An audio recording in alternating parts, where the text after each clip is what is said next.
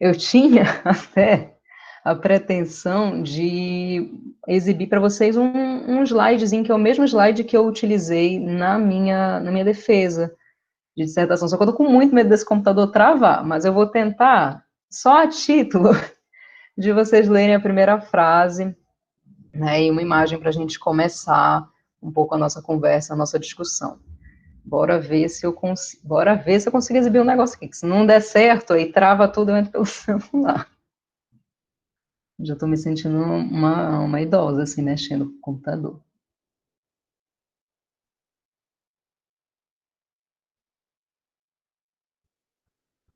Deixa eu ver aqui. Ó, de cara eu já abri o negócio, ele não apareceu para compartilhar.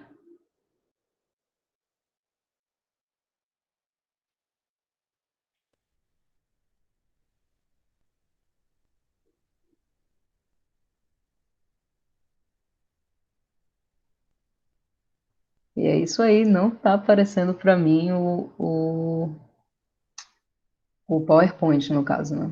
Para aparecer para vocês. Se eu conseguir, daqui para o final, eu vou exibir, né? Tu viu aqui na chamada mesmo? Porque no meu aparece aqui no cantinho, apresentar agora. Ele vai apresentar a tela do teu computador. Pois é, eu cliquei nele, só que tipo, ele não está aparecendo a janela Ah, tá. do PowerPoint para mim. Mas depois eu exibo para vocês. Se der aqui, né, se no decorrer da aula de destravar e aparecer, eu mostro.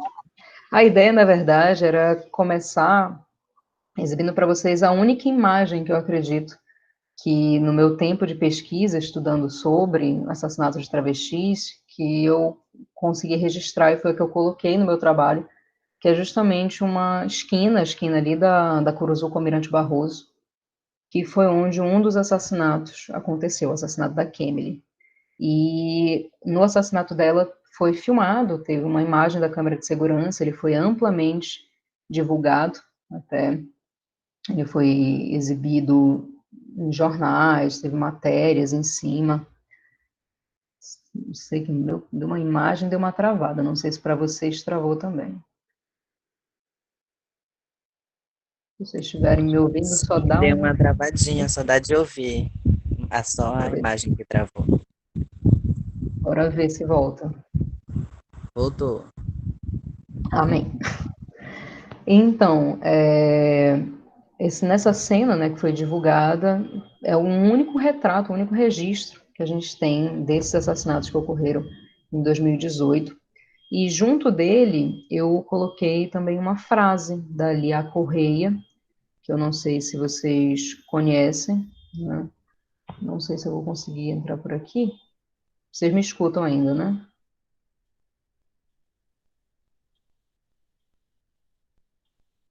Sim, todo mundo escutando. Maravilha.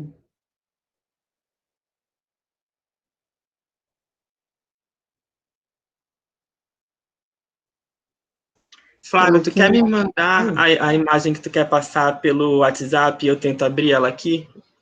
Eu Pode mesmo? ser. Bora ver se eu pego ela aqui para ti.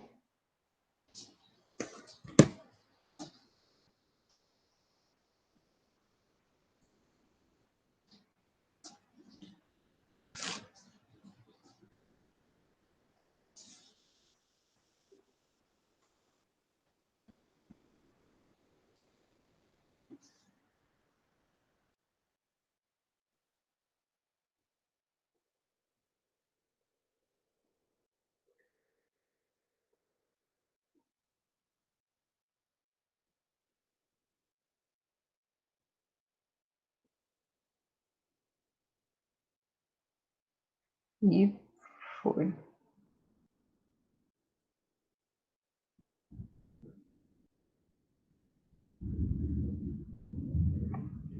Pronto, mandei para ti. Enquanto a gente não consegue ver a imagem, eu vou só ler a fala da Lia. A Lia é uma psicóloga daqui de Belém, formada, mestra pela Universidade Federal, e ela escreveu um texto, na verdade, acho que seria quase uma prosa, assim, um texto, sobre a vivência de ser uma travesti. E aí ela fala assim, né? Aprendi desde muito cedo que ser travesti é andar sobre o fio da navalha. Sempre. É resistir, é puxar cotidianamente o véu da hipocrisia que ainda insiste em tapar as caras das mais nojentas línguas maldizentes. E eu escolhi começar esse trabalho justamente falando, né, justamente expondo essa frase, esse texto da Liá, porque ele representa muito do que a gente vai discutir aqui, né? E eu quero que vocês se manifestem até, que vocês possam comentar aqui no chat ou discutir sobre isso, né? As questões de vocês, as dúvidas, partilhar conhecimentos das vivências de vocês e tentar contribuir, né? Para que a gente possa formar aqui um conhecimento junto, para que a gente possa crescer, né? E construir algo juntos aqui. Então, eu quero que vocês vão aí fervilhando e borbulhando de ideias, né? Olha, acho que o Rodrigo vai conseguir exibir aqui a imagem para vocês. Vocês estão conseguindo ver aí? Sim. Ó, nessa imagem, é uma imagem da esquina, como eu falei, da Almirante Barroso com a Curuzu, né? Isso foi no dia 16 de setembro de 2018, por volta das 2 da manhã. Isso foi num domingo. Até nessa cena vocês vão ver a Kemily, que é a pessoa que está mais no meio da pista, a sua colega, que estava ali. Eu preferi, né, muito na dissertação também, não comentar o nome delas para não expô-las. Ela tinha uma outra amiga que estava lá, também travesti, e nessa cena a gente vê um motociclista se aproximando, né? Esse motociclista, ele faz uma série de disparos que atingem a Kemily, que é a que está no centro da imagem. A outra colega dela ainda tenta correr, ela foge, mas a Kemily, infelizmente, não resiste, e ela acaba falecendo ali, depois ela é levada para o hospital e tudo. Então, eu acho que primeiramente, para a gente começar falando sobre essa mortalidade, entender de partir, né, do porquê trabalhar com essa temática, por que falar de mortalidade de travestis, né, especialmente na seara da polícia.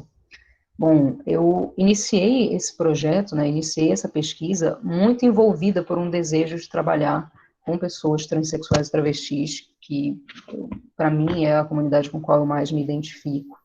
E eu já tinha um desejo muito profundo de querer trabalhar sobre, de querer construir algo que fosse útil para a população trans, né? E aí veio esse intuito de estudar sobre mortalidade. Mortalidade, especialmente dentro da seara da polícia. Como é que a polícia lida com esses casos? Como é que a polícia investiga essas mortes, certo? E para escolher isso, aí isso já vai mais um toque de pesquisa para vocês, né? A gente define um tema, a gente escolhe uma área que a gente quer trabalhar. Dentro desse tema, a gente vai reduzindo até chegar num ponto específico que você consiga desenvolver uma pesquisa, né?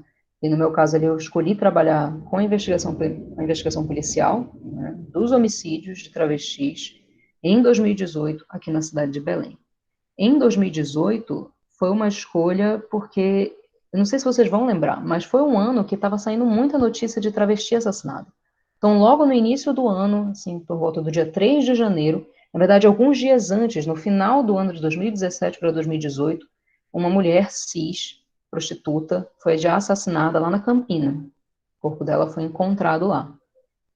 Poucos dias depois, uma semana depois, uma travesti foi encontrada também no mesmo local, com o mesmo tipo de modos ali, né? Com o mesmo aspecto do crime. Vinha um motociclista, duas pessoas numa moto, atiravam quando ela estava de costas. Então, essa primeira travesti, que é a Fanny, ela morre no dia 3 de janeiro. 4 meses depois, em abril, já de março para abril, a gente tem mais outro assassinato de duas travestis, já agora lá em Ananindeua, que foi a Bruna e a Nasa. E aí foram várias mortes só nesse início. E no final do ano, já em setembro, a gente tem mais uma morte, que é a morte da Kemily. Só aí a gente já começa a ter alguns problemas até, né? Porque a gente sabe que existem essas mortes, mas elas são muito difíceis de serem encontradas. Então, por exemplo, de dado atual que a gente tem, em 2020 já morreram 150 pessoas transexuais, segundo a ANTRA. E isso é um aumento de quase 100%, assim, em relação às mortes do ano anterior. Só que essas mortes, elas não são catalogadas pelo Estado.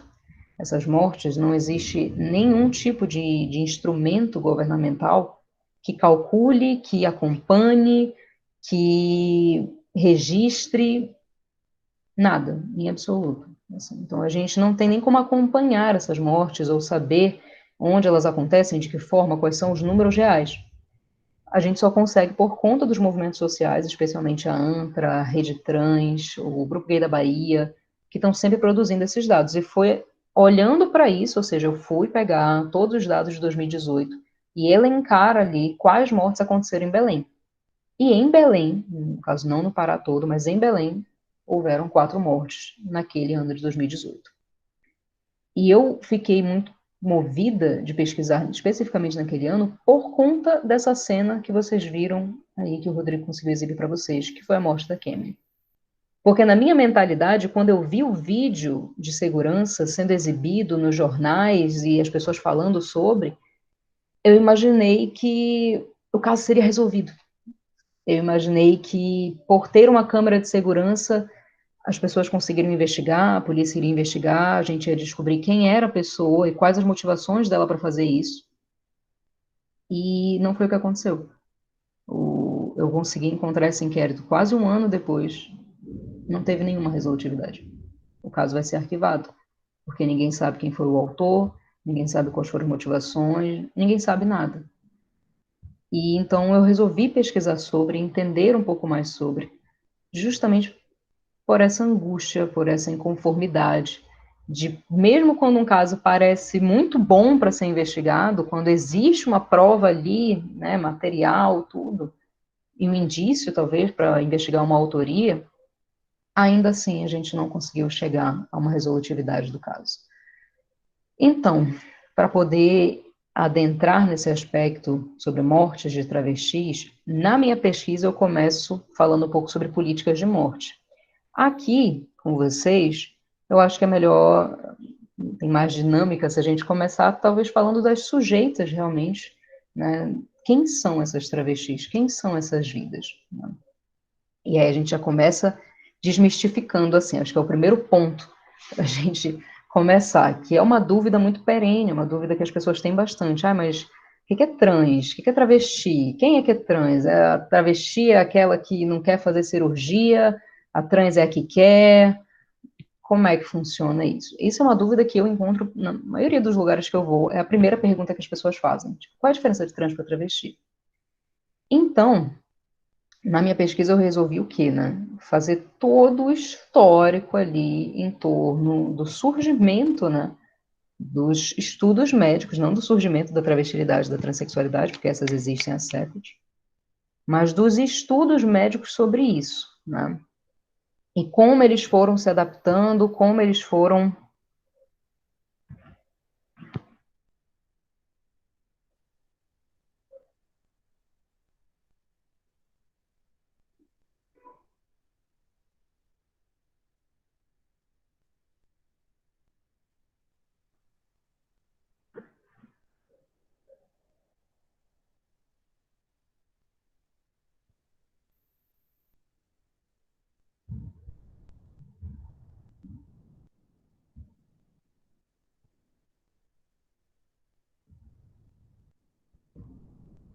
Voltou? Tá tudo normal. Foi? Apareceu para mim, você perdeu sua conexão. Aí eu fiquei parada aqui, aguardando. Mas não caiu para vocês? Estava tudo bem? Não caiu, tá tudo tranquilo. Para mim ficou toda preta a tela, fiquei aguardando aqui pacientemente Foi o retorno. rápido. Mas sim, como eu estava falando, então eu fiz toda essa diagramação de como esse termo foi evoluindo, de como ele foi mudando e do que a gente foi entendendo dele, né? E de verdade, o que a gente tem sobre os corpos travestis e os corpos trans é muito mais uma sobreposição ali de um discurso médico, patologizante, para dividir, para, né, esquematizar como cada uma dessas sexualidades acontece, essas identidades de gêneros acontece, do que necessariamente uma diferenciação real. Esse discurso que a gente escuta muito, o discurso médico, que é muito do Harry Benjamin, né, quando ele faz esse estudo sobre, de dividir entre transexual verdadeira, é aquela que tem uma total rejeição, né, pelo seu corpo, ela se entende enquanto alguém do gênero oposto, e ela tem aversão, ela precisa fazer uma cirurgia de transgenitalização e as demais cirurgias adequadoras, porque é um desejo muito profundo dela.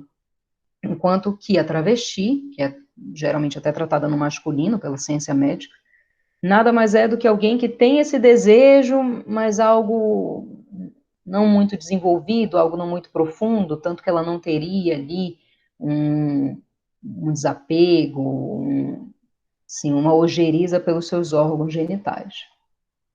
E, sinceramente, essa é uma divisão que a gente precisa abolir, né? Muita repetição desse discurso médico biologizante em cima de corpos, sem nem escutar essas pessoas e o que elas realmente entendem como ser, né? E o que a gente foi vendo no decorrer de pesquisas muito mais voltadas para a área da antropologia, das ciências sociais, né, é que não há realmente uma divisão biológica entre o que é ser trans e o que é ser travesti. O que há, na verdade, é uma divisão de classe mesmo, de classe, de raça, uma divisão estrutural, né? O que a gente vê é que a trans, ela começou a acessar um espaço, né, um discurso, no qual ela quer ser mulher, mas tá vendo como ela se entende enquanto mulher? Então ela pode até ser uma mulher, dependendo também de quem interpreta. A travesti nunca nem chega nessa esfera. A travesti é sempre tratada como a cópia, né? Ela é o mal feito. Ela é a que não consegue fazer todas as cirurgias, todas as adequações. Ela não tem acesso a hormônios ou a silicone. Ela não tem acesso, né? Então, cria-se uma divisão realmente social entre a trans ser aquela que vai acessar um determinado espaço e determinados discursos também sobre o que é transexualidade e tudo mais, e a travesti é aquela que está na rua. A travesti é aquela que a gente tem medo da travesti, porque a travesti, ela é perigosa. A travesti, meu Deus, se ela te atacar na rua e te assaltar.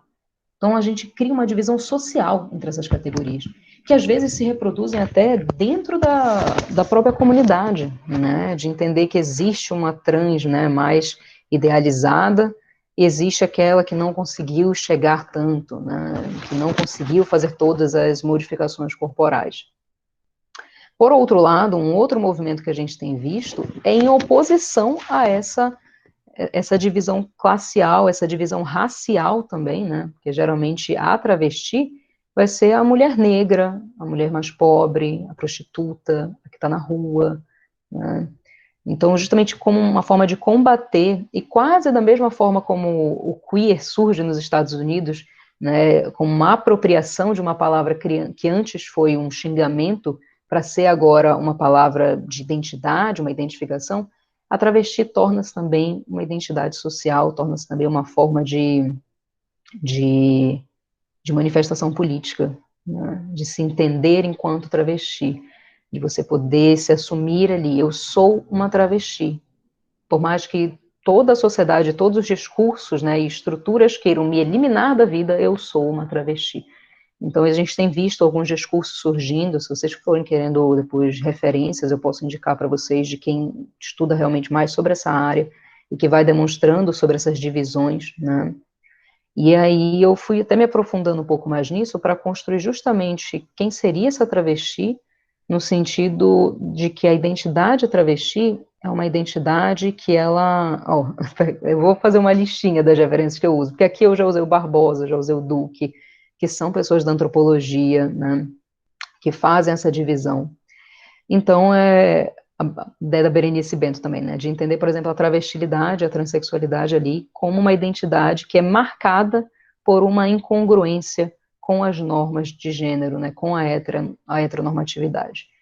Só que a travesti, ela não é marcada só pela incongruência em relação às normas de gênero, né, só em relação às normas heteronormativas. A gente pode dizer que a travesti, ela está num centro, né, numa posição da qual ela é atravessada por uma série de discursos que são ali estigmatizantes, né, e que acabam colocando numa posição de vulnerabilidade. Não somente a heteronormatividade, mas ela é atravessada pela raça, né, as mulheres travestis, em sua maioria, que morrem e que são presas, são mulheres negras. A maioria delas são mulheres prostitutas, que atuam na rua, que estão numa condição de extrema vulnerabilidade, porque elas trabalham todo dia no mesmo local, e mesmo se acontecer alguma coisa com uma amiga, ela vai ter que voltar para a pista para continuar trabalhando. Então, elas estão ali naquele centro de classe, por serem mulheres mais pobres, por não terem acesso a direitos sociais básicos, assim, não terem acesso, às vezes, a tirar um documento, sabe? Tipo, a gente falou muito agora, né, tipo, principalmente no início do ano, sobre auxílio emergencial e tudo, já que ninguém poderia trabalhar na rua. Gente, essas travestis, elas trabalham na rua. E se elas não podem sair, elas precisariam do auxílio emergencial. Elas não têm documento para tirar o auxílio emergencial. Porque até para tirar o RIS, né, o Registro de Identificação Social, elas precisam ter seus documentos registrados e precisam ir lá na Delegacia Geral tirar. Ou se elas quiserem fazer uma alteração do registro civil mesmo, elas precisam pedir para a defensoria, né, porque no cartório é caro, elas têm que pedir pela defensoria para conseguir registrar. A maioria delas não tem documentos básicos. Sem documentos básicos, sem regularização de CPF, por exemplo, como é que você recebe auxílio emergencial? Como é que você sobrevive durante esse período? Então, é uma vulnerabilidade que é marcada em vários espaços, na raça, na classe, no gênero. Até se a gente fosse aprofundar uma estigmatização colonial também, né, daqueles que vivem aqui no sul global. Então a gente entende aí essa identidade travesti como marcada por né, esses embrincamentos de várias formas de opressão. A gente pode entender que a travesti, ela está na base da opressão, né? Se nós formos enxergar a sociedade como a sociedade que estabelece ali uma moldura para quem é vivo e para quem não é, a travesti é a que está mais longe. É a que a gente nem lembra que é viva. A gente não pensa na vivência ou na existência dessa travesti. Então, entendido isso, a gente entende muito mais sobre quem são essas travestis e como as vidas delas estão expostas à morte, a um perigo de vida, né? Porém, um adendo que eu faço aqui, né, e que eu fiz no meu trabalho também, que para mim foi extremamente importante de fazer, é que de forma alguma a gente pode também só conceituar uma travesti e entender, pegar um conceito geral e falar, travesti é isso aqui. Porque a travesti, ela é um conceito, ela é uma identidade, na verdade, ela é fluida, ela está em constante construção, ela está, como os termos do Duque, né, que ele fala, ela é uma identidade que se constrói e se reconstrói, ela se monta e se desmonta. Não existe um padrão do que é ser travesti, não existe um conceito do que é ser travesti, não existe uma forma certa de ser travesti. Porque se o existisse, nós já estaríamos indo contra tudo o que a travestilidade representa. Porque a própria ideia da travestilidade, enquanto essa sujeita que ela destrói todas as concepções que a gente entende como padrão, como normal.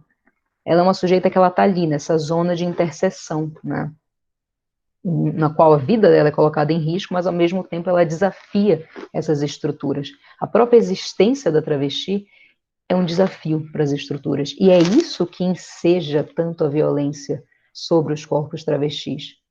É porque elas nos fazem questionar toda a existência. Então, elas são violentadas justamente por esse motivo. Então, a travesti, ela acaba sendo, né, justamente por ser esse ser que está em constante construção, ela é uma identidade de resistência, né? Ela se opõe aos discursos justamente por não aceitar discurso algum, por não assumir nenhum discurso próprio em si. Então, vocês vão encontrar, se forem estudar sobre isso, diferentes discursos de travestis. Até se vocês forem conversar com elas, né, caso vocês tenham contato com travestis, tenham amigas, amigos, vocês vão ver que todas as vivências delas são completamente diferentes. Vocês vão ter pessoas que se entendem como travestis, outras que se entendem como trans, outras que fazem cirurgia de transgenitalização, mas se entendem como travestis. É uma vivência que é fluida, ela é mutável, e é isso que faz com que ela seja tão resistente e tão revolucionária, né?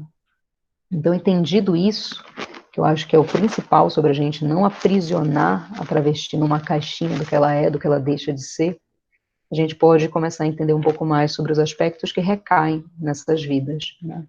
Já aí passado todos esses discursos. Lembra que eu falei aqui, né, que o discurso da biologia, o discurso médico, eles recaíram ali sobre aquelas travestis, e eles foram definindo o que é trans, o que é travesti. Então, a gente volta agora um passo atrás para tentar entender sobre esses discursos. O que esses discursos representam, né? A gente vai agora entrar numa outra seara para entender a mortalidade, que é uma seara mais voltada para a filosofia.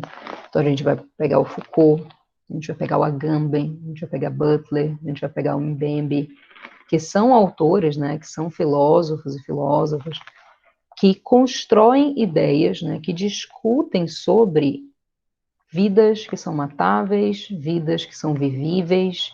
Quem são os sujeitos da nossa sociedade que devem viver? Quem são os sujeitos da nossa sociedade cujas vidas eu vou fazer uma manutenção, eu quero que elas existam, quero que sejam perpetuadas?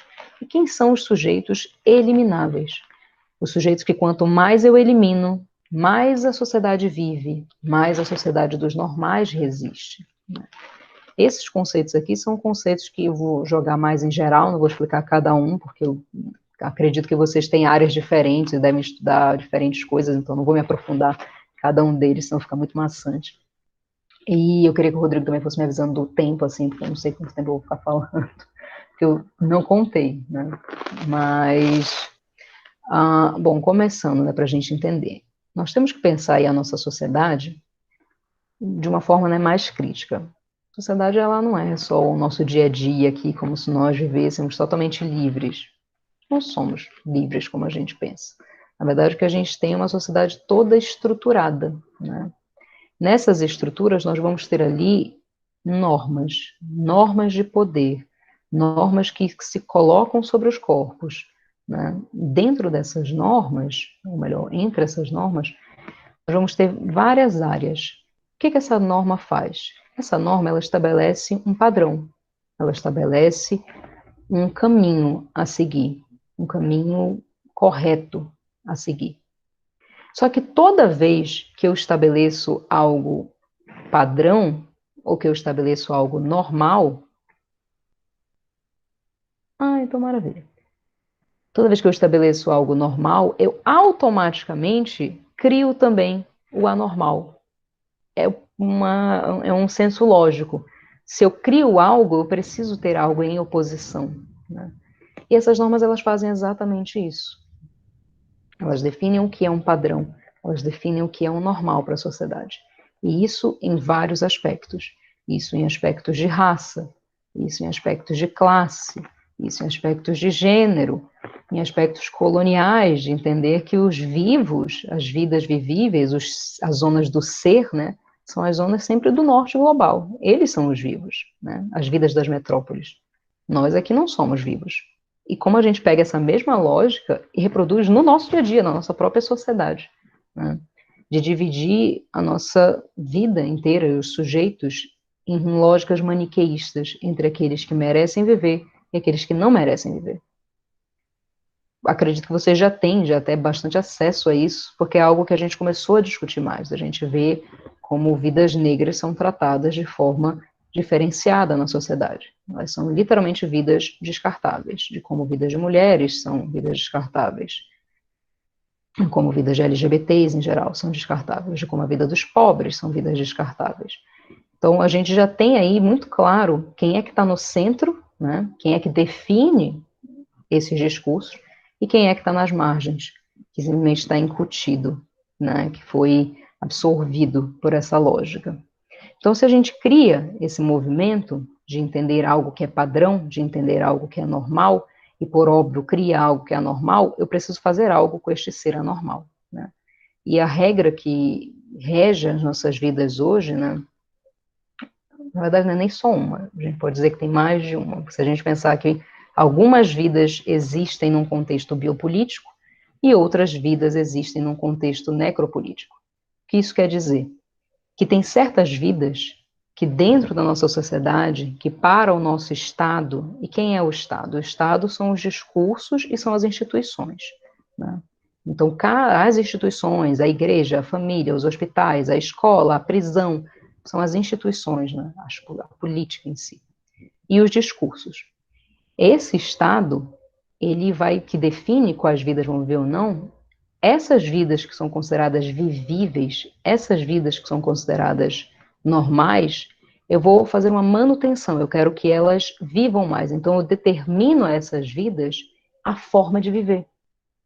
E isso vale para tudo, vocês não têm ideia. É aí onde surgem até os discursos médicos, os discursos sobre uma boa saúde, e como a gente deve viver, o que a gente deve fazer, como tudo na nossa vida é regrado, especialmente no que tange a sexualidade. O que é uma sexualidade normal, padrão, saudável? Como eu devo me comportar em relação a ela?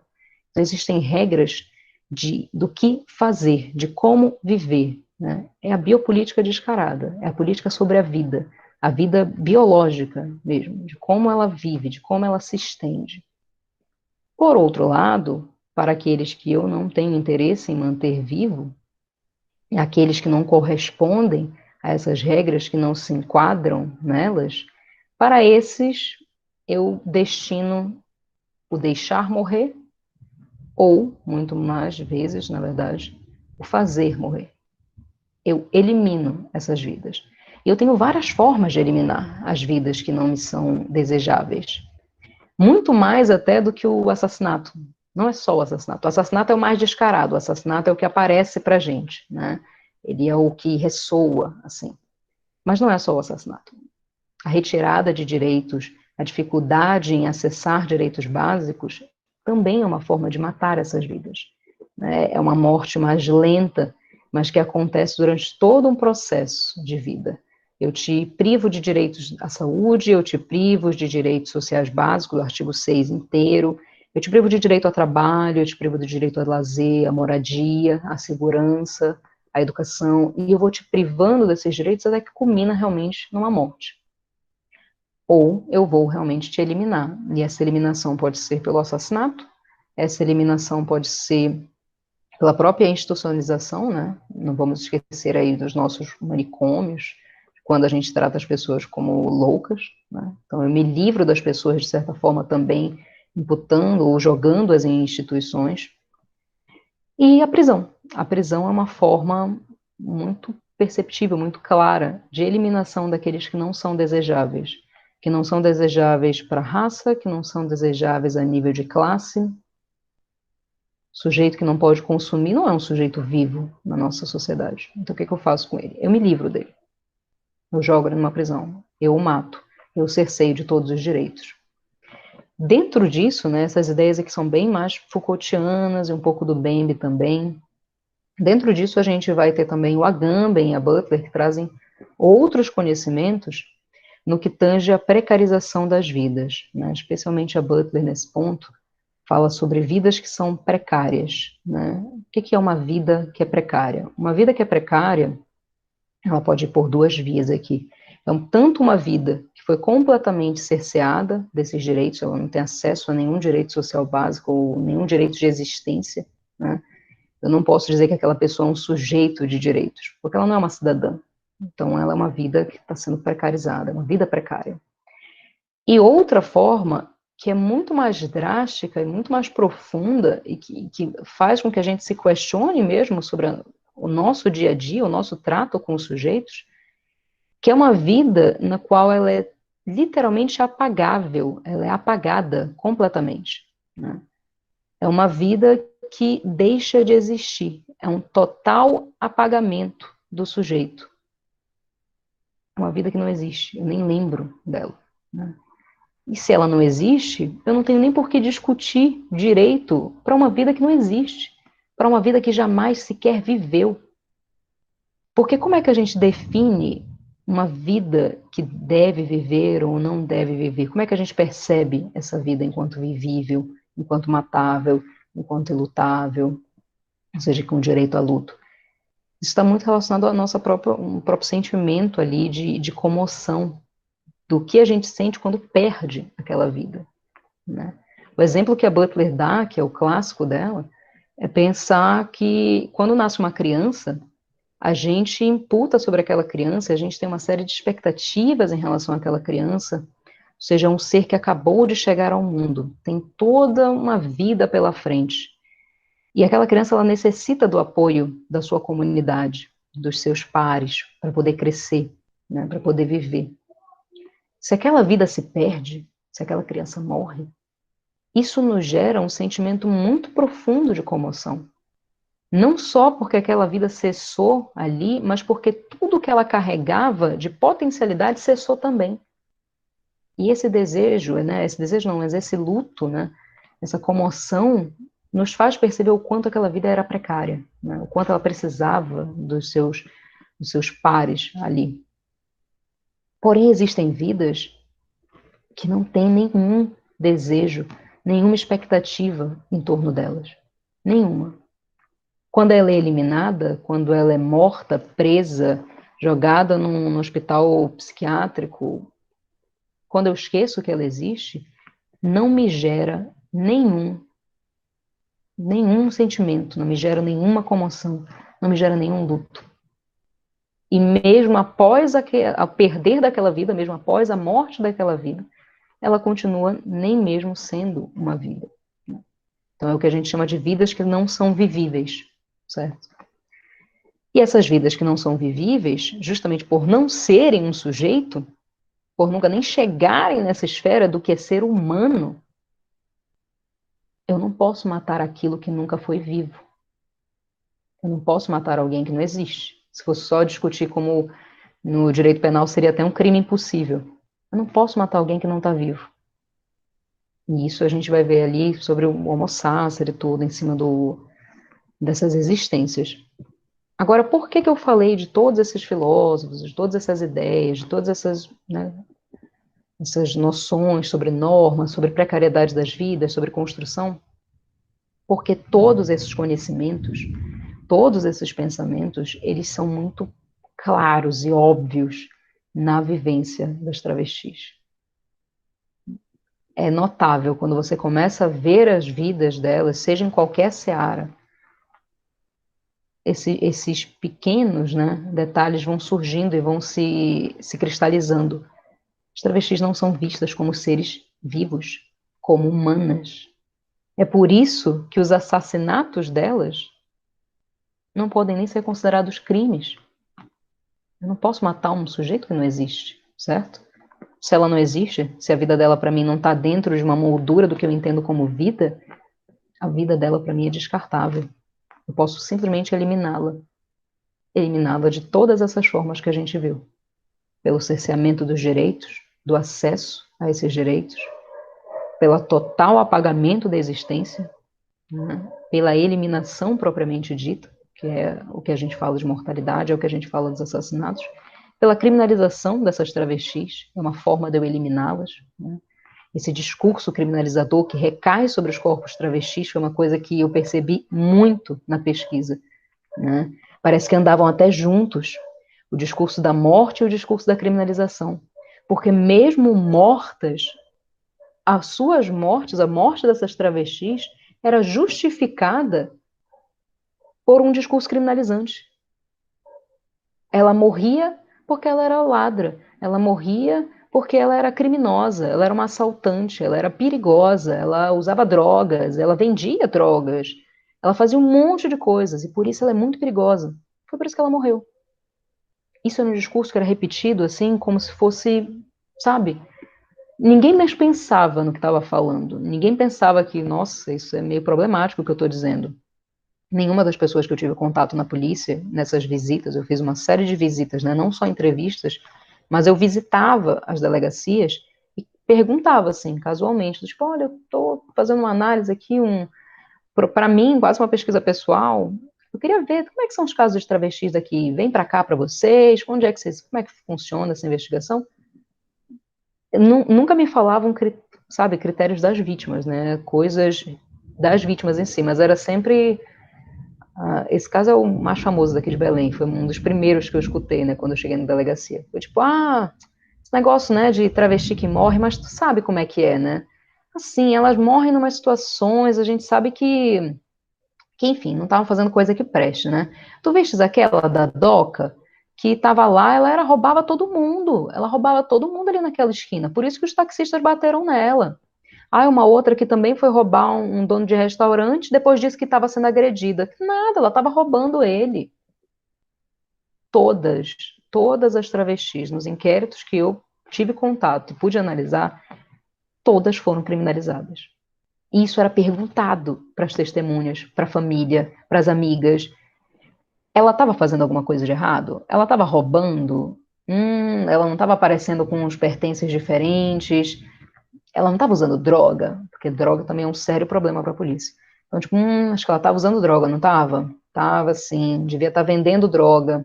Isso era colocado no inquérito, pronto, estava ali.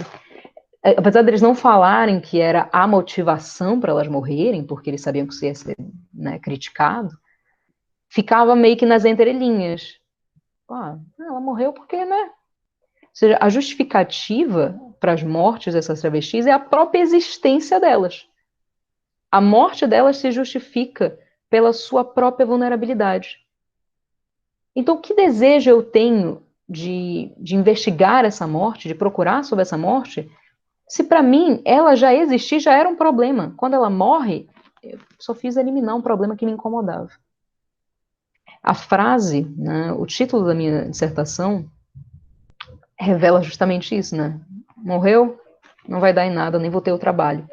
Isso foi uma fala de uma das mulheres trans que eu entrevistei uma mulher trans, uma travesti, em que ela falava exatamente isso. Quando eu perguntei sobre como era essa esfera da polícia, ela respondeu exatamente isso. Tipo, Flávia, eu acho que eles nem ligam.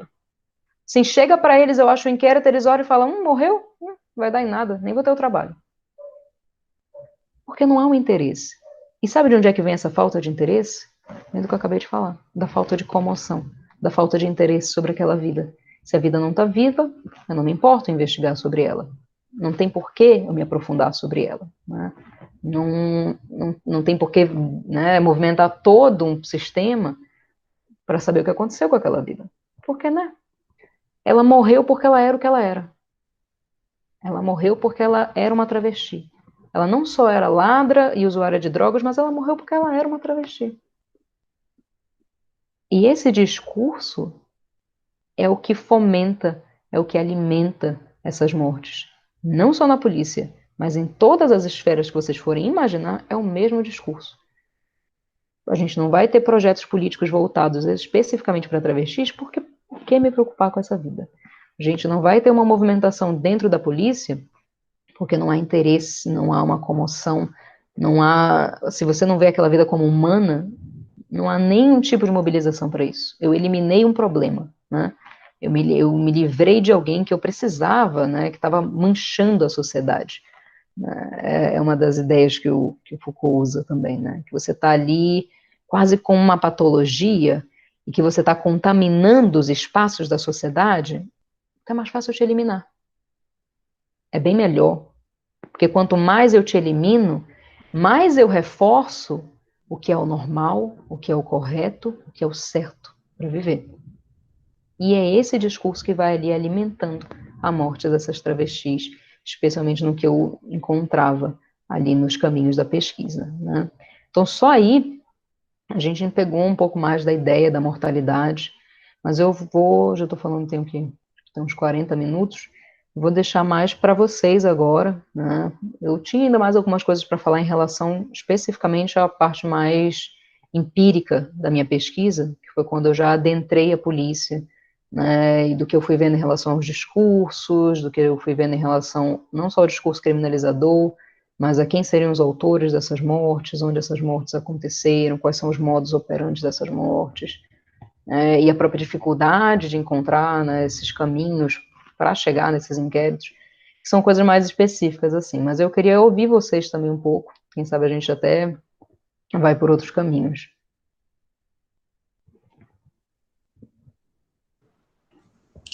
Gente, alguém quer falar alguma coisa? Quer acrescentar? Quer...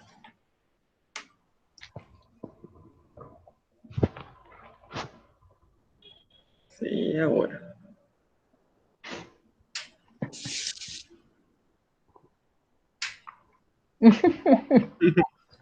Normal.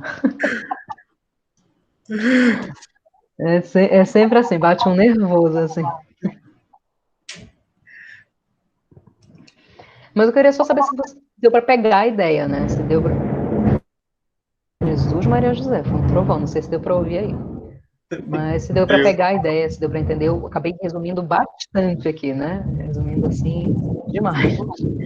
Era para ver se facilitava. E também não quis entrar, talvez, tanto numa parte mais jurídica, porque eu não sei qual é a área de cada um, né? Então, aí não queria aprofundar nessa parte.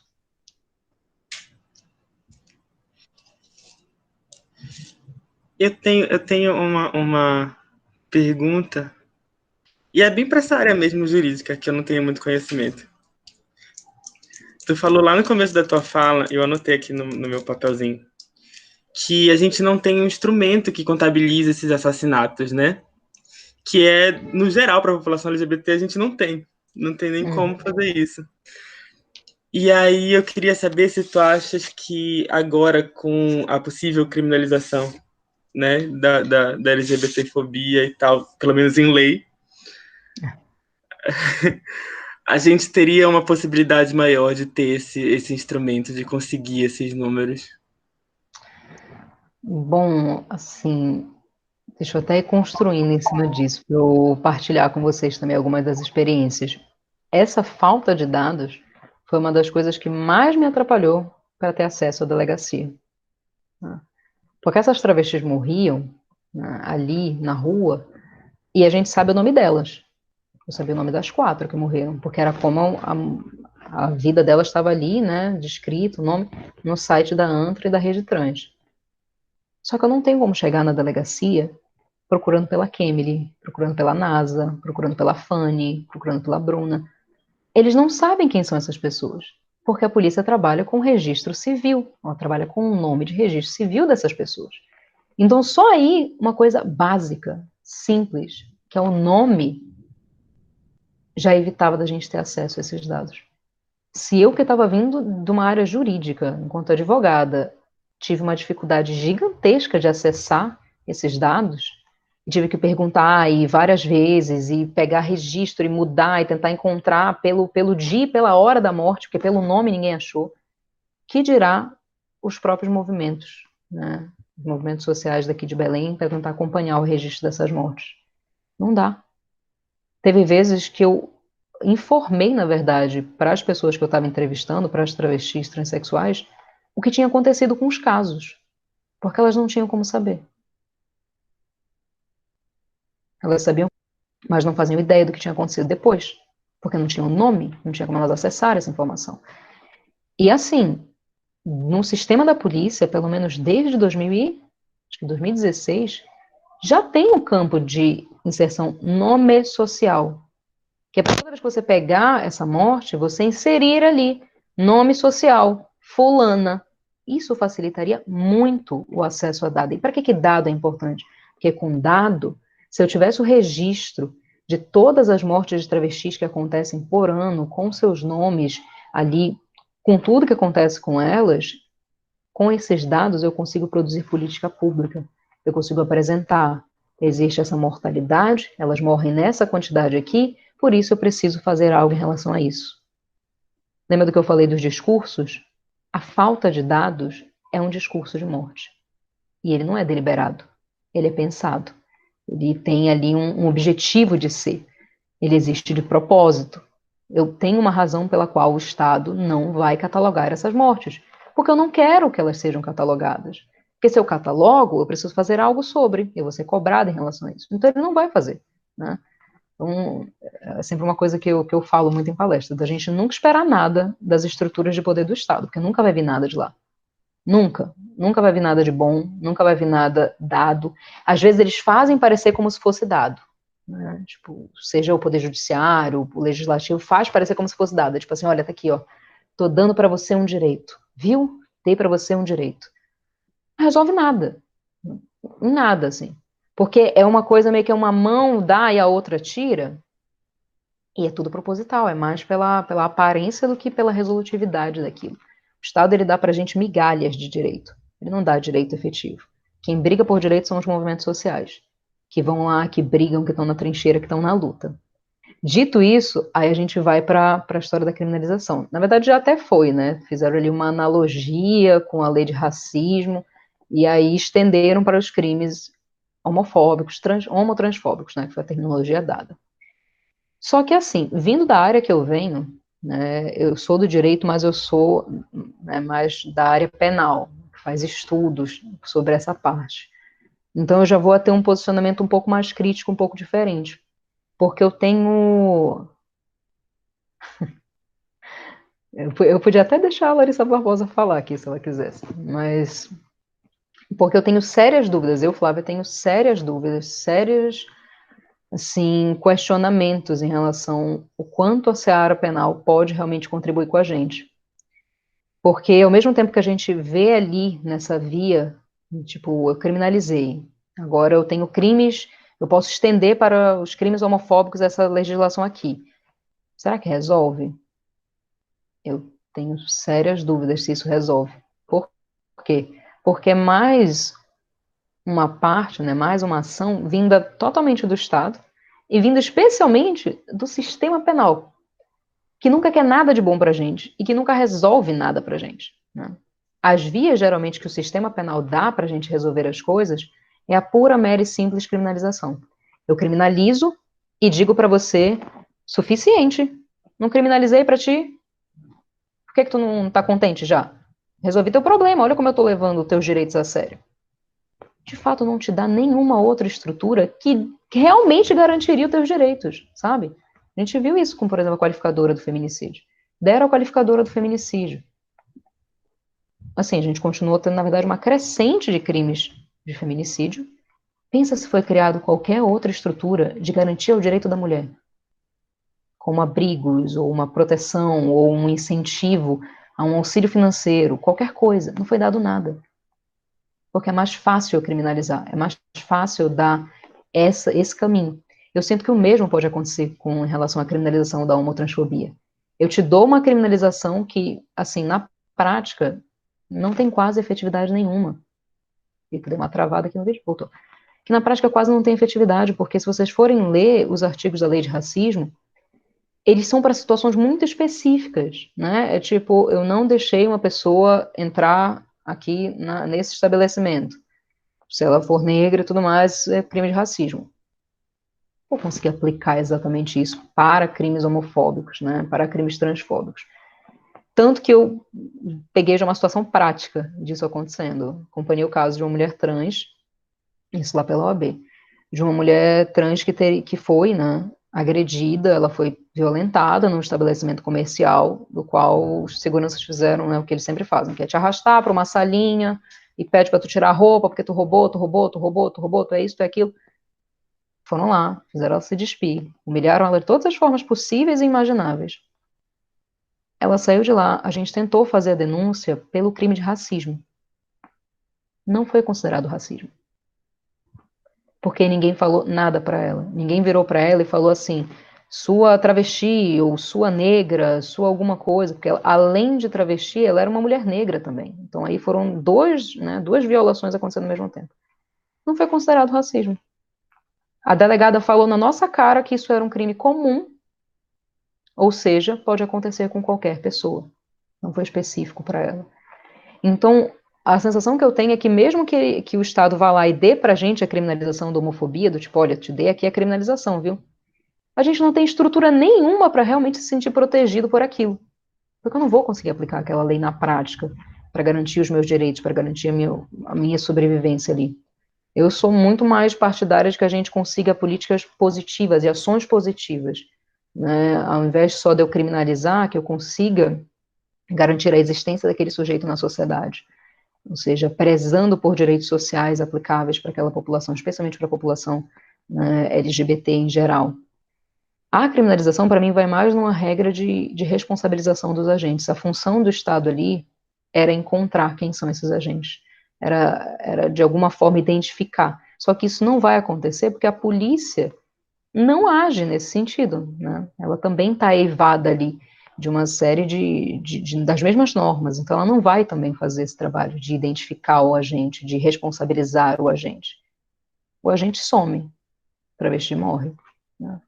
E por último, só, do porquê que eu tenho também receios em relação à criminalização, é porque o mesmo discurso que eu peço, né, para criminalizar os crimes contra pessoas LGBTs, o mesmo discurso penal e o mesmo discurso criminalizante, é o mesmo que eu uso para criminalizar as próprias travestis. É o mesmo discurso que eu uso para dizer que elas são perigosas, para dizer que elas são, né, drogadas e prostitutas e ladras e vão causar um problema para você na sociedade. É o mesmo discurso que eu uso para eliminá-las e para encarcerá-las, eu uso para também proteger o direito desses outros sujeitos aqui. Então, eu tenho sérias dúvidas de quando a gente tenta usar as ferramentas que nos oprimem para conseguir direitos. Mas, lembrando que isso é uma opinião mais pessoal minha, porque eu venho mais dessa área crítica, né, uma área mais do estudo de criminologia, do estudo de direito penal. O que eu acho que poderia, de fato, ajudar a gente é o que eu tentei propor ali até no final da minha dissertação, especialmente no que tange a investigação dessas travestis. Porque o que acontece é que as mortes delas são extremamente difíceis de investigar, porque elas já são vulneráveis a vida toda. Então eu não tenho família, eu não tenho amigos, eu não tenho documentos, eu não tenho o local onde elas vivem, são, né, totalmente, o local onde elas vivem, não, o local onde elas trabalham são também precários, eu não consigo ter acesso, então não tem prova, não tem isso, não tem aquilo. Então a vulnerabilidade dessas vidas perpetua essas mortes. Eu precisava ali, então, intervir nessa vulnerabilidade. É tentar trabalhar com essas vidas, é tentar garantir direito para elas, e na seara penal em si, nas delegacias, é com que o mínimo, eu espere, né, que os delegados, os investigadores, atuem não de forma genérica, do tipo, investiguei, não, mas de forma específica para esses casos, que entendam as vulnerabilidades que essas mulheres passam, que não as violentem novamente no processo, seja na delegacia ou posteriormente, que no mínimo esses nomes sejam identificados, que utilizem-se já as ferramentas que existem, né? Existem ferramentas no sistema, é só usar, não usam porque não querem. Então, se eu conseguisse fazer isso e responsabilizar esses agentes e exigir que eles façam esse caminho, eu acho que talvez a gente teria talvez mais frutos nesse sentido. E teve comentário aqui, eu só não estou conseguindo ver, porque toda vez que eu clico, o meu PC trava. Mas cadê? A Larissa Barbosa, ela disse, sem contar as violências do cárcere, fim último do direito penal contra os sujeitos LGBTs, principalmente contra as travestis. É, exatamente. É porque a Larissa, ela estuda essa área, a Larissa é advogada criminalista e minha namorada, então por isso que ela está comentando aqui. Se quiser falar, a gente deixa também. Deixar, olha... Eu queria fazer um comentário. Que Ui. lindo. Eu sou a Aline e faço parte da Liga. E aí, você estava falando disso, me fez lembrar. Tem um grupo chamado GEDUC. Não sei se você já ouviu falar. Que é pela Fortiori. Enfim, trabalha com ações dentro do sistema penitenciário. E aí, acho que foi o ano era 2019, a gente fez uma visita e alguns encontros, a gente tenta trabalhar essa relação comunidade-cárcere, né? E teve tanto no CRF, quanto numa outra ala, que eu esqueci o nome aqui, mas era uma ala destinada a travestis. E aí, não sei se tu sabes o nome da ala e tudo mais. E aí, em alguns encontros, eu participei do CRF, que era com as mulheres detentas lá, né? Mas tinha também trans. E como é interessante ver, porque às vezes queriam fazer com que a outra ala, né, viesse para o CRF, e tem uma resistência muito grande deles, das travestis, no caso, adentrarem o CRF. Há um preconceito muito grande que, se fosse adentrar, teriam que se despir, né, das vestimentas, porque elas acabam tendo acesso a algumas vestimentas lá, né, entre aspas, femininas.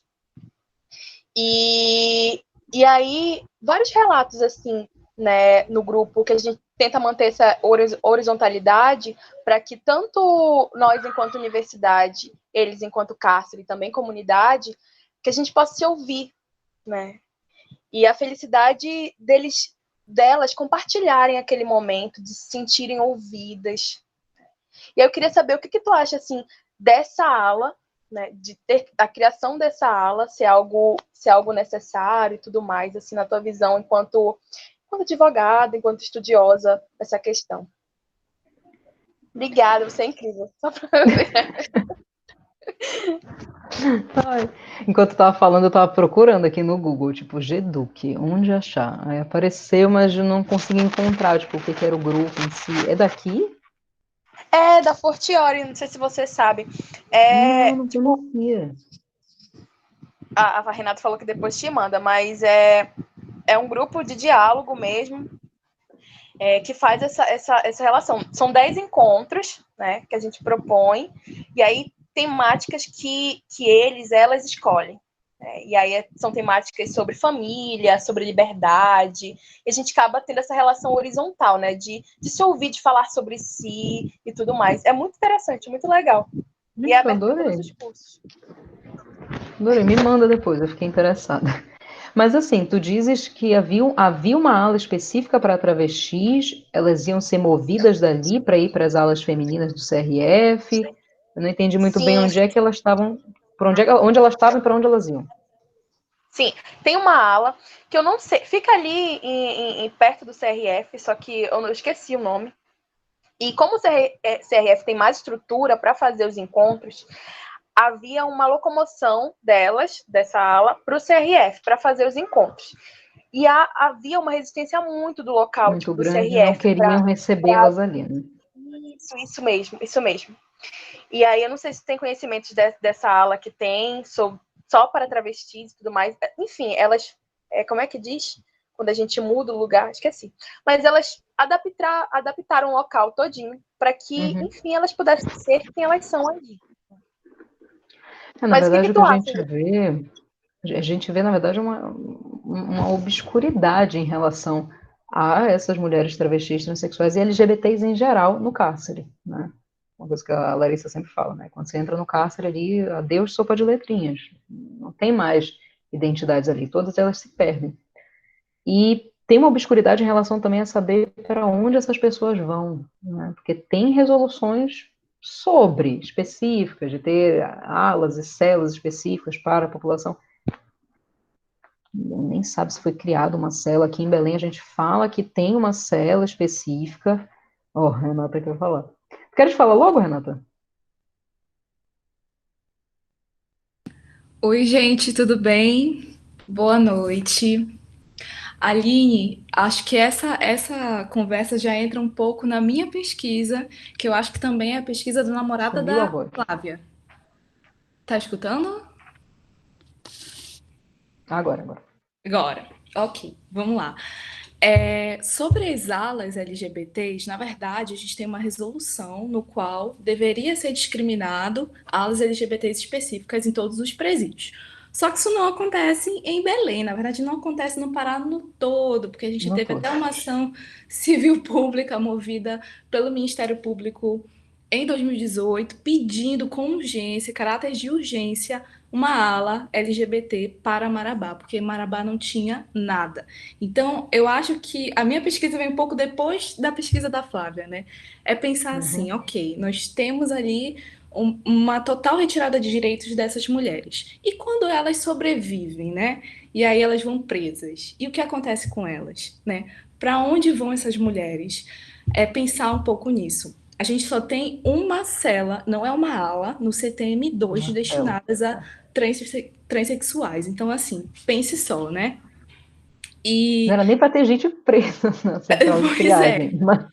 Exatamente. E quando há o caráter de superlotação, aí elas são encaminhadas para outras alas. Então, é uma coisa assim totalmente.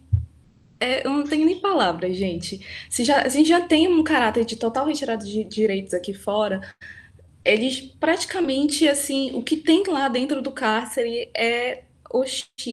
Não saiu uma cartilha do governo, para falar a verdade, eu posso até depois dar o documento para vocês, E é bem interessante porque a própria cartilha reconhece que existe uma falta aí de celas, de alas destinadas à população LGBT e ainda reconhece que, em relação a tipo assim, como não tem uma resolução propriamente dita, não tem uma legislação Aí não tem uma específica lei. para esses casos, aí fica uma coisa meio bagunçada de acordo com a gestão de cada presídio.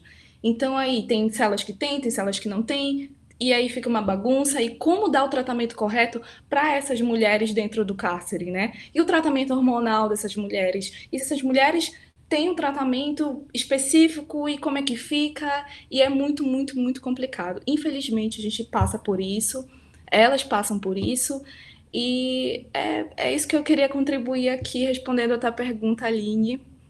Basicamente, amei a aula da Flávia. Ai, Flávia, tudo para mim, por favor, entre para ela SIGS. Definitivamente. Me chama, que eu vou. É isso, Não, gente. eu acho ótimo tu teres contribuído, porque já até responde. De fato, não é a minha área específica de estudo. Os meus pensamentos em relação ao cárcere são muito mais voltados no sentido de que a gente esquece que essas pessoas estão lá. Tipo, a gente não gosta de falar sobre cárcere. Quando a gente fala de LGBTs, a gente fala dos LGBTs em geral, dos LGBTs que estão aqui fora, e para esses a gente quer direitos, para esses a gente quer ali que vivam e que tenham, tá, suas garantias. O cárcere a gente não, porque se tá lá, fez alguma coisa de ruim. Se tá lá, não presta. Então por que eu vou prestar atenção no direito dessa pessoa?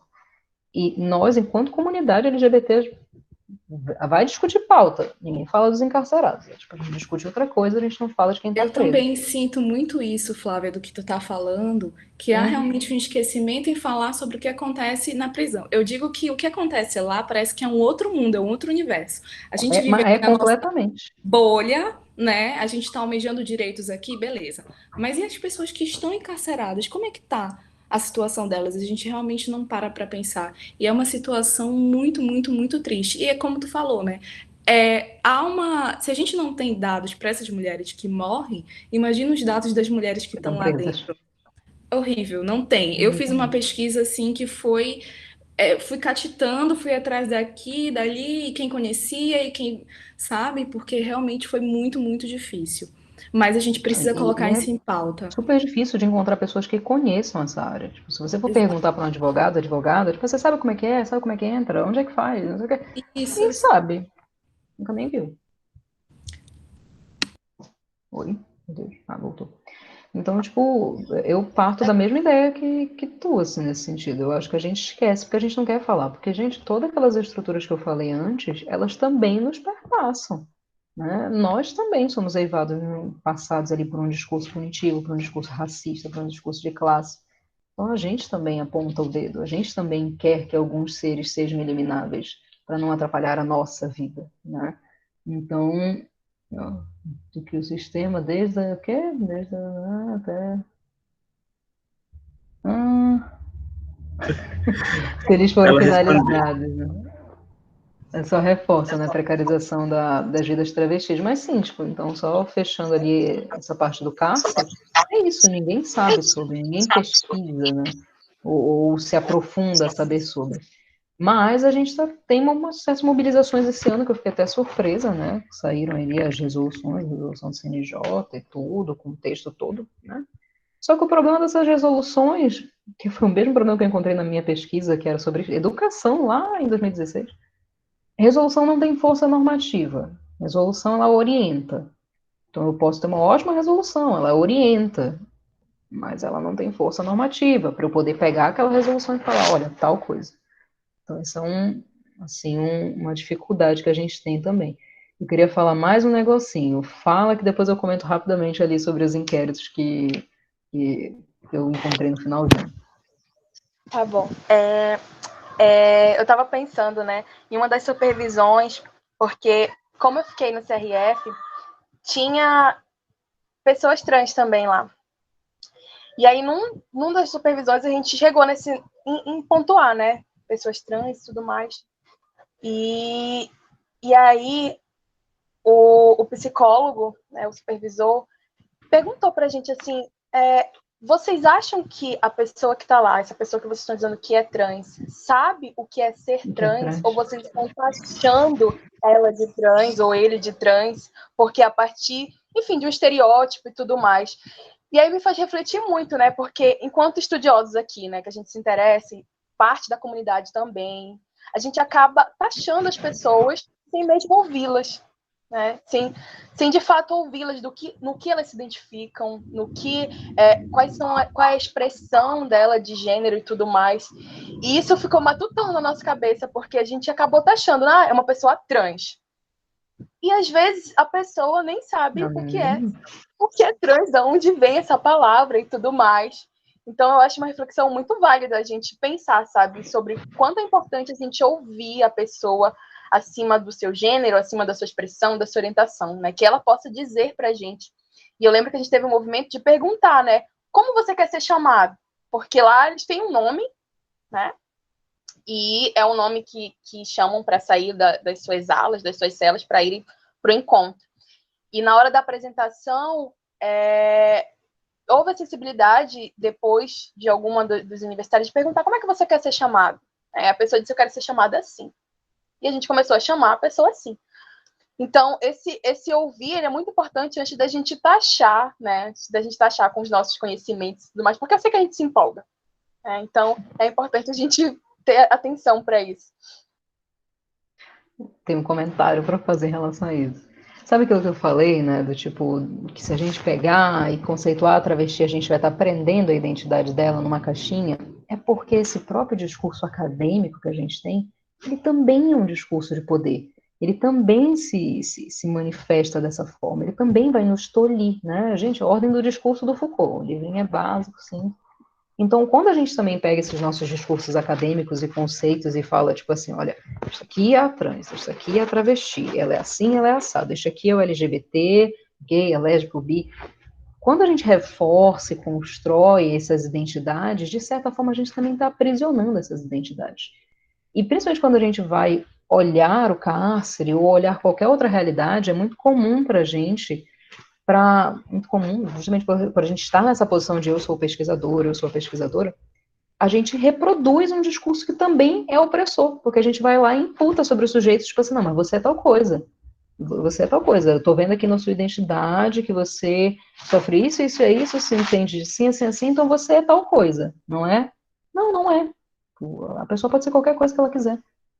Porque, às vezes, até o que a gente reproduz de discurso, que uma pessoa hoje conseguisse entender enquanto uma pessoa transexual, ela teve acesso a um determinado tipo de discurso, que permitiu que aquelas ferramentas, né, permitiu que ela se entendesse enquanto parte dessa identidade. Se a gente for falar com pessoas, né, travestis, transexuais, nos anos, assim, mais velhos, de 80 para trás, não tem nem essa diagramação, nem essa compreensão de o que é trans, o que é travesti, não, ela sabe o que ela é.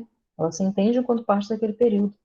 E é extremamente importante que a gente se coloque nesse lugar mais de escuta do que de fala, porque senão a gente reproduz violências, né? Isso foi uma coisa que eu fiquei o tempo todo muito angustiada na minha pesquisa, porque eu via, e aí fica também para vocês essa mesma angústia que eu senti, de conversar com pessoas trans, de ler textos de pessoas trans, sempre falando do quanto, né, pessoas cis vão lá, pegam pautas trans, conhecimentos trans, vidas trans, pegam tudo aquilo, fazem um lindo trabalho científico e aquela vida que se exploda, que se esqueça, não há nenhum tipo de resposta ou resolutividade para aquelas situações.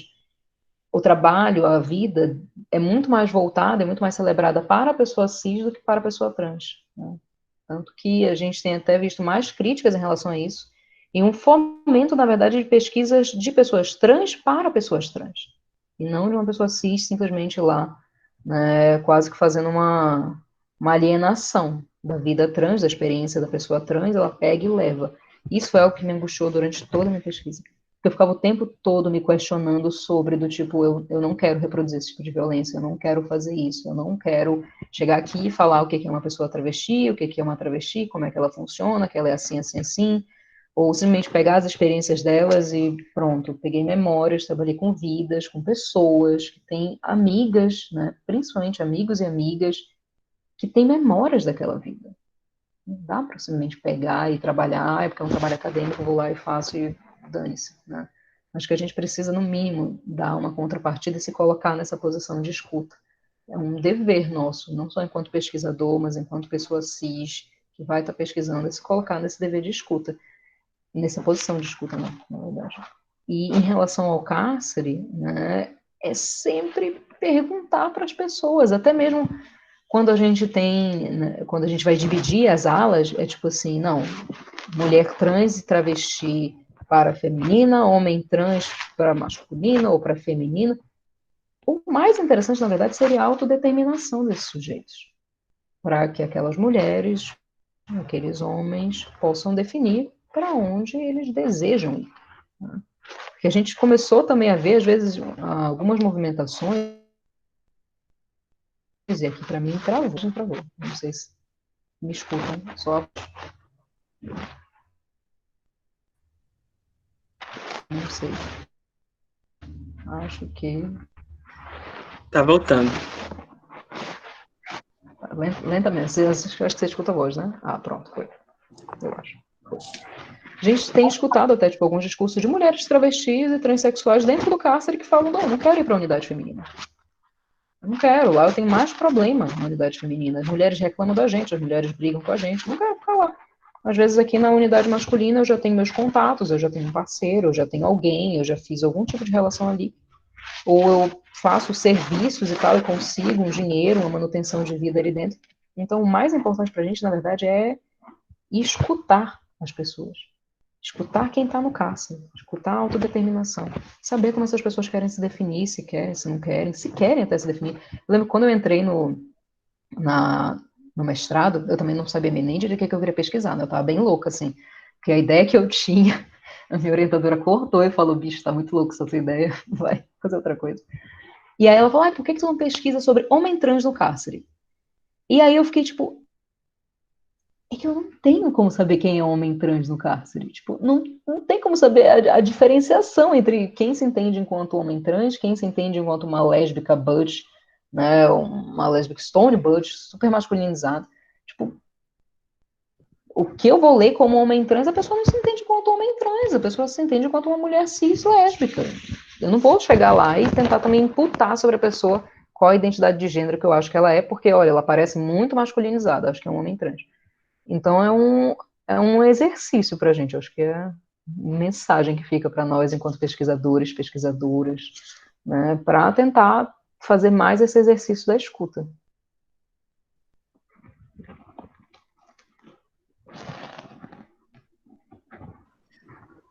Gente, alguém quer fazer outra pergunta, quer acrescentar mais alguma coisa?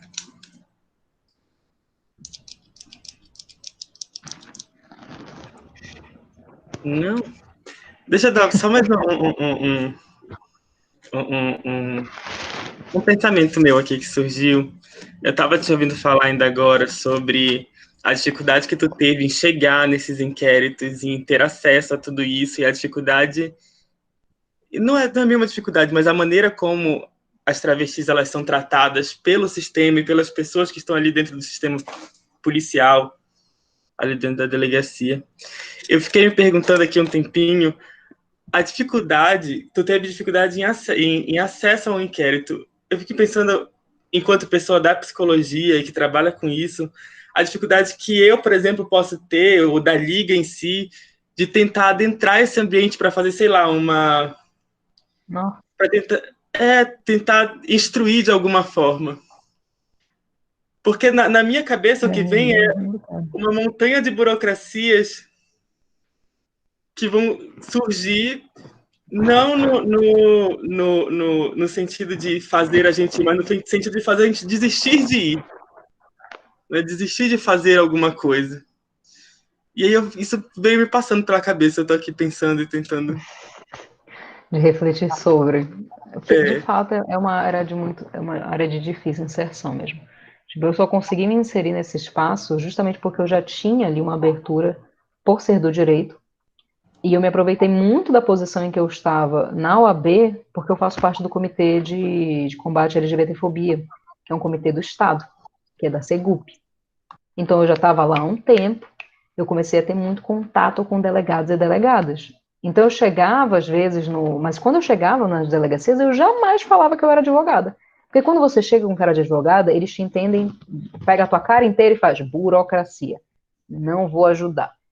Eu jamais me colocava na posição de advogada. Na verdade, uma coisa que eu criei muito dentro desse espaço da delegacia foi criar os meus mecanismos de entender como é que eu posso acessar, porque também, enquanto uma pessoa LGBT, eu estava com muito medo de acessar a delegacia.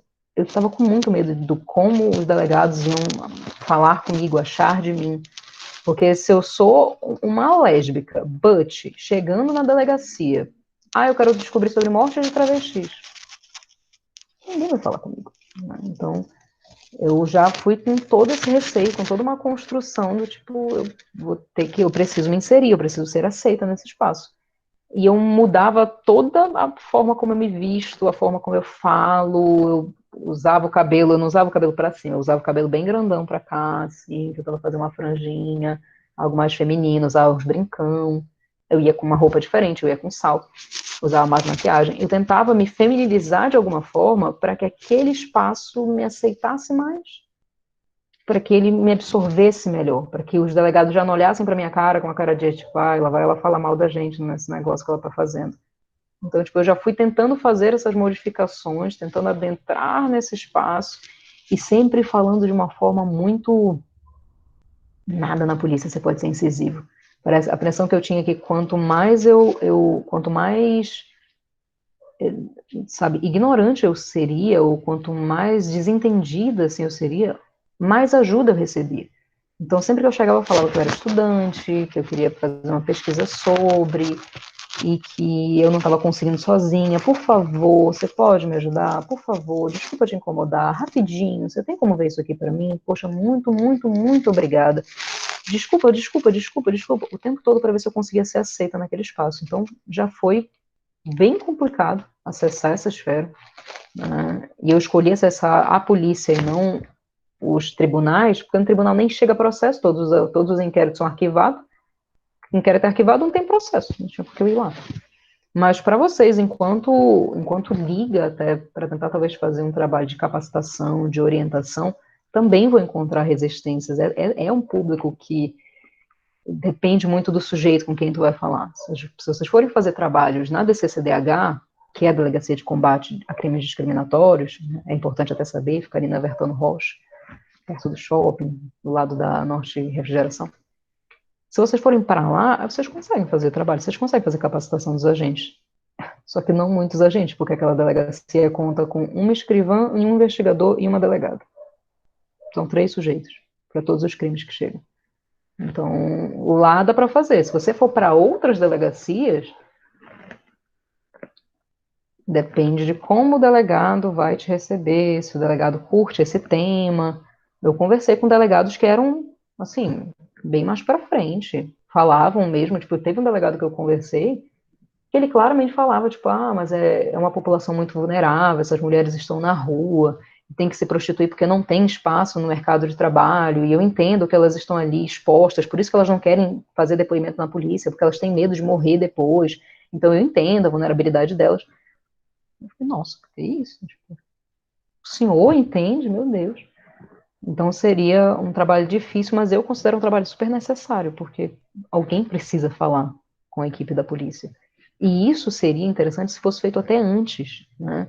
Enquanto a gente ainda está formando esses oficiais, enquanto a gente ainda está formando membros da Polícia Civil, da Polícia Militar, já ter a inserção desse tema, porque geralmente o que eles têm na formação é uma disciplina de direitos humanos. Uma disciplina. E umas 300 outras sobre diversas matérias. Uma disciplina não é suficiente para você conseguir pensar um discurso crítico e começar a refletir sobre a sua atuação, o seu campo. As capacitações também nessa área são esporádicas, assim. Se tiver alguém bom à frente, a pessoa faz. Se não tiver, vamos fazer daqui a uns 3 anos uma capacitação. Então, às vezes, esse movimento de ir lá e de tentar ter contato, às vezes, se tiver alguém, né, tipo, já dentro da delegacia geral, de ir se inserindo por ali, é bem necessário, é bem importante. Mas eu já falo para vocês, dá um nervoso, assim, de falar na frente de policial, sendo LGBT, você fica nervoso. Você já acha que a pessoa vai te xingar.